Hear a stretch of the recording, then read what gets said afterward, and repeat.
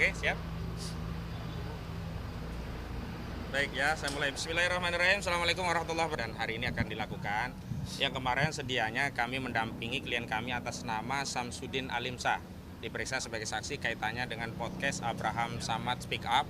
Karena pada pemeriksaan Pak Abraham Samad sebelumnya, hal-hal yang terkait teknis ditanyakan kepada Pak Abraham Samad, tentu saja Pak Abraham tidak mengetahui dan kemudian diutus orang yang memang menangani Abraham Samad Speak Up. Tapi kemarin karena ada agenda yang bersamaan, maka saksi atas nama Samsudin Alimsah mengajukan permohonan penundaan penjadwalan ulang dan sudah disepakati saya yang menemui penyidik Selasa depan tanggal 2 September 2025, dan memang karena ada permintaan penyidik untuk mengirimkan surat, ini saya juga sudah siapkan surat untuk dikirimkan kepada Direskrimum tentang penundaan tersebut, juga jadwal yang bisa kami penuhi. Dan hari ini atas juga atensi dari terperiksa saksi Abraham Samad, pada pemeriksaan yang lalu mengajukan sejumlah ahli untuk diminta keterangannya, khususnya yang berkaitan dengan keterangan yang berkaitan dengan jurnalistik ya, yakni hal-hal yang berkaitan dengan media jurnalisme yang sebenarnya itu bagian dari kebebasan berekspresi, kemerdekaan menyampaikan pendapat, yang hari ini sayangnya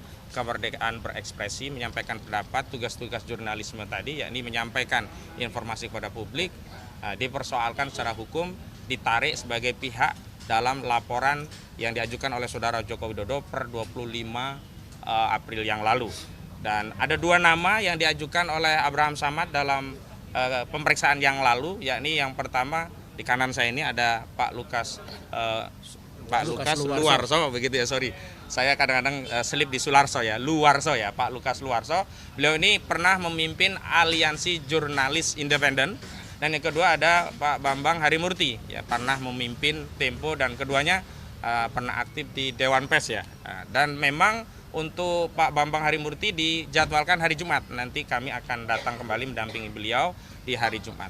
Nah, beberapa hal sebelum pemeriksaan yang ingin saya sampaikan adalah sebagai berikut. Yang pertama, sekali lagi, materi muatan yang dijadikan bahan pertanyaan dari penyidik secara umum adalah bagian dari fungsi, tugas, dan tanggung jawab jurnalisme yang sedianya sebenarnya semestinya tidak bisa dipersoalkan secara hukum, apalagi ditarik sebagai pihak terlapor. Kita ketahui dari kasus ini yang mulanya hanya 5 orang terlapor berkembang menjadi 12 orang terlapor. Di antara 12 orang terlapor itu ada orang-orang, pihak-pihak yang sebenarnya sedang menjalankan fungsi pencerahan di tengah masyarakat, seperti Pak Abraham Samad juga ya, Michael Sinaga juga ada, Nurdian Noviansa Susilo, itu dipersoalkan kontennya seolah-olah itu dijadikan bahan yang dianggap sebagai satu delik atau tindak pidana. Dan kita tahu delik ini berkembang bukan hanya pencemaran dan fitnah yang dilaporkan oleh saudara Joko Widodo, nimbrung 3 laporan lainnya, yakni dari Andi Kurniawan, ada dari Le Cumanan yang sebelumnya ngakunya dari Peradi Bersatu, dan yang terakhir ada dari Maret Samuel Sweken. Pasal-pasal yang berkaitan dengan ya, ijazah palsu dikembangkan menjadi pasal penghasutan 160 KUHP, pasal menyebarkan kebencian dan permusuhan ya di pasal 28 ayat 2 Undang-Undang ITE. Bahkan sebelumnya ada pasal 28 ayat 3 tentang mengedarkan pemberitahuan bohong yang menerbitkan ya kerusuhan di tengah masyarakat, walau terakhir pasal ini di tingkat penyelidikan muncul tapi di tingkat penyidikan menghilang. Jadi ada 2 kasus sekaligus. Ada penyelundupan pasal pada laporan saudara Joko Widodo karena saudara Joko Widodo mengaku ya direndahkan serendah-rendahnya, dihinakan sehina-hinanya, merasa dicemarkan dan difitnah. Tetapi kuasa hukumnya memasukkan, ya tentu sepengetahuan Jokowi dan sepersetujuan Jokowi, memasukkan pasal 35 dan 32 Undang-Undang ITE yang tidak ada relevansinya sama sekali dengan kasus penistaan, dengan pencemaran dan juga fitnah. Kuat dugaan kami ini adalah modus operandi untuk melakukan kriminalisasi dengan memasukkan pasal-pasal yang tidak relevan, asal ya ancaman pidananya di atas 5 tahun sehingga bisa dijadikan dalih untuk melakukan penahanan. Pasal 35 Undang-Undang ITE tentang manipulasi data elektronik ini ancamannya 12 tahun penjara. Sementara pasal 32 Undang-Undang ITE itu ancamannya 8 tahun penjara. Dan selanjutnya saya ingin tegaskan bahwa klien kami baik Pak Abraham Samad dan yang lainnya, 12 terlapor lainnya, termasuk hari ini keterangan yang akan disampaikan Pak Lukas ini adalah bagian dari untuk penegasan kepada seluruh rakyat Indonesia bahwa kami adalah bagian dari anak bangsa yang lahir dan dibesarkan di negeri ini, yang punya tugas, kewajiban, dan tanggung jawab yang sama untuk mencerdaskan kehidupan berbangsa sesuai dengan kapasitasnya masing-masing. Dan karena hari ini ada tugas-tugas jurnalisme yang mencoba dipersoalkan, maka kami harapkan Ketika kami menghadirkan ahli di bidang jurnalistik, itu akan menyeimbangkan, bahkan menetralisir anasir-anasir, praduga-praduga, ya tuduhan-tuduhan yang sebelumnya itu adalah sebuah kejahatan, menjadi netral, bagian dari hak dari warga negara, bahkan kewajiban untuk mencerdaskan kehidupan bangsa dengan menyampaikan pendapat-pendapat. Bahkan pendapat itu berdasarkan kajian ilmiah. Dan sekali lagi kita tahu bahwa Polda Metro Jaya kabarnya telah memeriksa sejumlah ahli. Ada ahli ITE, ada ahli elektronik ya, ada ahli bahasa, ada ahli pidana, juga ada ahli psikologi dan sosiologi. Maka kami juga berencana akan menyampaikan ahli di tingkat penyidikan ya, bukan hanya ahli jurnalistik. Kami sudah persiapkan ahli pidana, ada 2 ahli pidana yang kami persiapkan. Kami juga siapkan ahli bahasa, bahkan bukan hanya ahli bahasa biasa, yakni ahli linguistik forensik. Ini adalah satu-satunya di Indonesia orang yang punya kepakaran linguistik forensik, tapi namanya nanti akan kami sepil setelah fix ya, yang jelas itu. Kemudian juga kami akan hadirkan ahli ITE, juga ahli-ahli yang lain yang relevan untuk mendudukkan masalah ini di tingkat penyidikan.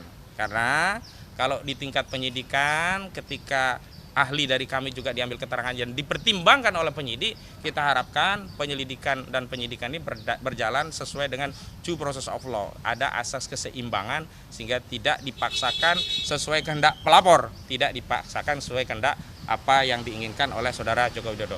Dan saya ingin kutip ya, ada satu hal yang kemarin dari Nurdiansah Susilo ketika membuat judul dalam thumbnail ya, yang diunggah di akun YouTube-nya, itu dipersoalkan, sampai judul pun dipersoalkan.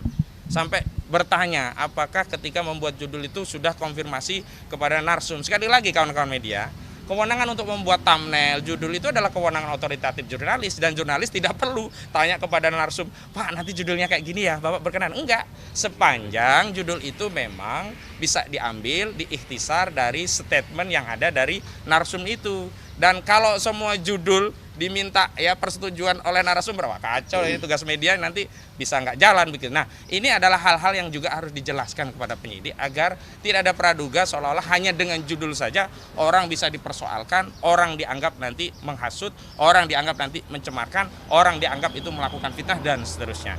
Itu pengantar dari saya, dan untuk selanjutnya saya minta dulu Pak Lukas untuk menyampaikan statement sebelum pemeriksaan pada hari ini yang memang sudah menerima panggilan dari penyidik. Silakan Pak Lukas. Terima kasih Bung Konsinudin. Selamat pagi kawan-kawan. Ya, seminggu 2 minggu lalu memang ketika saya mengantar Bung Abraham Samad diperiksa, Bung Abraham setelah pemeriksaan meminta saya untuk menjadi saksi ahli ya, untuk menjelaskan tentang apa itu jurnalisme.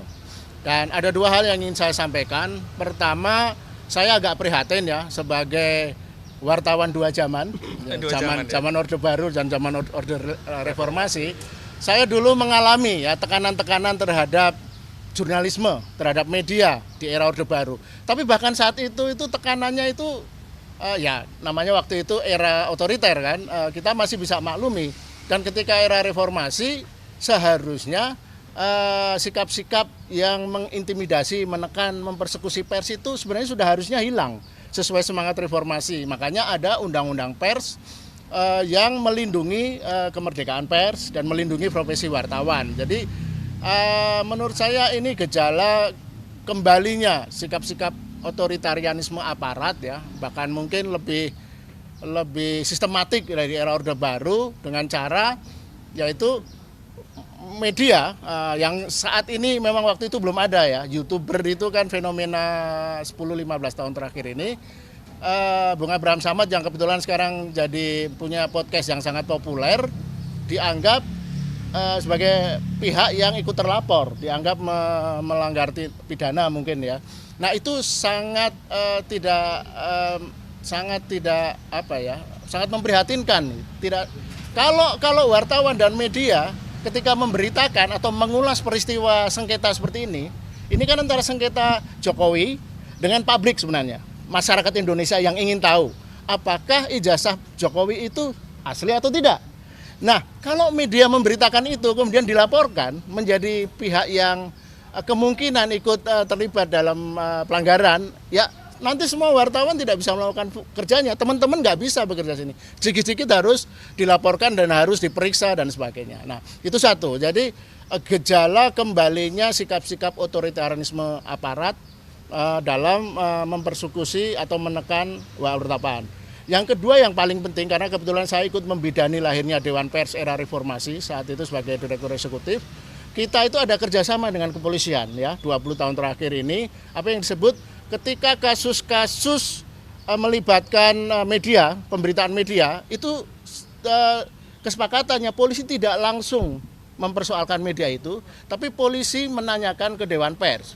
Nah kemudian secara rutin setiap 2-3 tahun ada radiogram atau surat edaran Kapolri yang ditujukan kepada aparatnya di seluruh Indonesia. Jika ada kasus sengketa melibatkan media harus berkonsultasi dulu dengan Dewan Pers. Nah dalam kasus Abraham Samad ini dan juga kawan Mikael ya, Sentana dan lain-lain itu sama sekali mengabaikan itu. Jadi mengabaikan surat edaran atau radiogram Polri sendiri.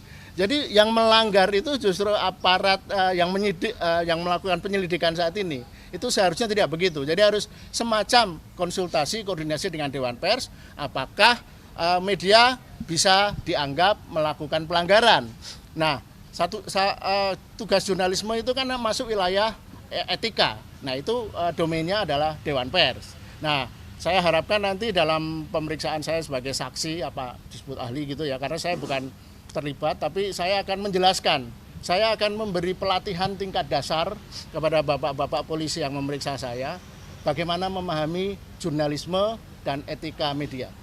Bapak, berarti Bapak Abraham Samad di sini posisinya disebut sebagai media, awak media gitu. Dia terlapor, makanya itu yang tidak terlalu jelas. Tapi kalau melihat posisinya kan, Bang Abraham itu hanya membuat wawancara-wawancara dengan para pelaku ya, Roy Surya dan kawan-kawan. Jadi dia hanya memberikan penjelasan ke publik.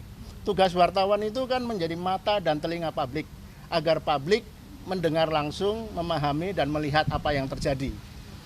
Berarti Abraham termasuk media, jurnalis gitu, Iya. dalam jurnalistik gitu. Jelas. Jurnalisme baru ya, YouTuber itu. Jadi nanti akan saya tegaskan bahwa apa yang membedakan jurnalisme dan bukan jurnalisme itu satu saja sebenarnya. Paling mudah ya untuk dipahami oleh Pak Polisi nanti. Bahwa jurnalisme itu informasi, data, dokumen yang terkait dengan kepentingan publik. Jadi kalau tidak ada kepentingan dengan publik, itu hanya informasi biasa. Infotainment bukan jurnalisme. Karena itu hanya untuk menyenangkan orang yang hobi ngegunjing ya, infotainment misalnya itu. Nah, kalau ini menyangkut kepentingan publik, kepentingan negara bahkan, menyangkut keaslian satu ijazah yang dipunyai presiden asli atau tidak, itu harus pasti, harus jelas. Itu rakyat harus tahu. Ya, saya tambahkan sebenarnya apa yang dilakukan oleh Pak Abraham Samad, juga Michael Sinaga, juga Nurdiansyah Susilo, juga YouTuber yang lainnya, juga rekan-rekan yang wawancara kami hari ini. Sebenarnya kan ini adalah tugas-tugas biasa yang juga dilakukan oleh TV-TV yang ada di Republik ini ya. Sebagaimana saya juga diundang di sejumlah TV-TV untuk menyampaikan pandangan. Tidak beda dengan itu.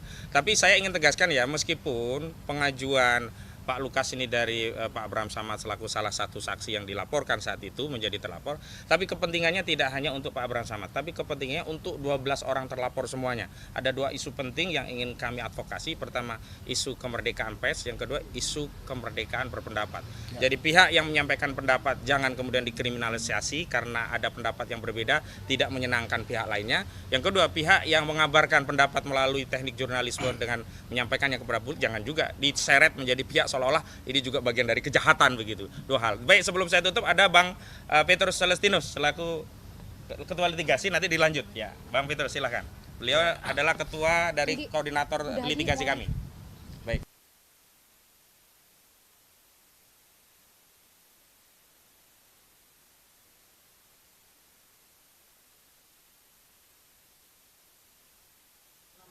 Tahun berkuasa disebut-sebut ijazahnya palsu. Lalu perdebatan itu berkepanjangan, bahkan Polri juga membiarkan itu berlangsung terus sampai pada Maret atau April kemarin gitu ya. 12 terlapor, termasuk di dalamnya beberapa teman yang menjalankan fungsi jurnalis. Bagi kami ini adalah kriminalisasi buat podcast untuk sekedar menghina orang. Podcast ini sudah lama fungsinya